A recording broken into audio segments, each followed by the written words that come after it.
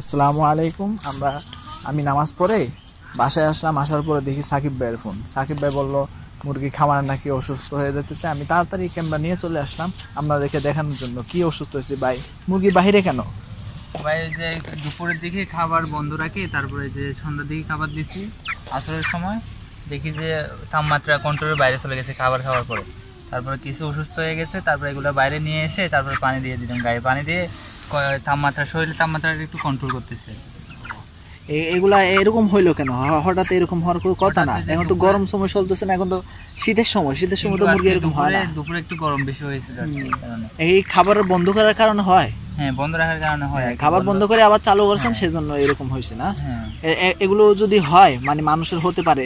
অনেকটা খামারিরা, কৃষক খামারিরা আছে আমাদের এই চ্যানেলের মধ্যে অ্যাক্টিভ আছে, তারাও জানতে চায় যে এইরকম যদি হয় তাহলে আমরা কি করণীয়।